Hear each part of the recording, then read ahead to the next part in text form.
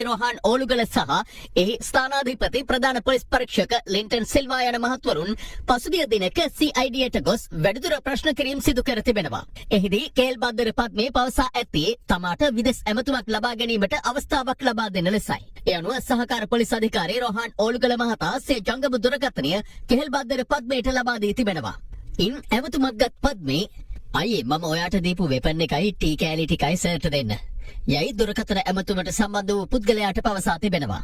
පසුව අද උදෑසන රෝහන් ඕලුගල මහතාගේ දුරකථනයට විදෙස් ඇමතුමකින් දැනුම් දී ඇත්තේ අතර බඩු ටික තියෙනවා ගෙහින් ගන්න ලෙසයි. ඒ අනුව දුරකථනයට එවන ලද එම ස්ථානයට ගිය පොලිස් නිලධාරීන් අදාළ පාර්සලය සොයාගෙන ඇත්තේ පෑලියගොඩ මත්ස්‍ය වෙළඳපොළ ආසන්නයේදී. එය පරීක්ෂා කිරීමේදී මයික්‍රෝ පිස්තෝලයක්, රිවෝල්වර් වර්ගයේ ගිනි අවයක්, T56 මැගසින් 3ක්, T56 අලුත්ම උණ්ඩ 520ක්, අත්විලංගු කට්ටලයක් සහ යුද හමුදා නිල ඇඳුමට සමාන ඇඳුම් කට්ටලයක්ද හමු වී තිබෙනවා.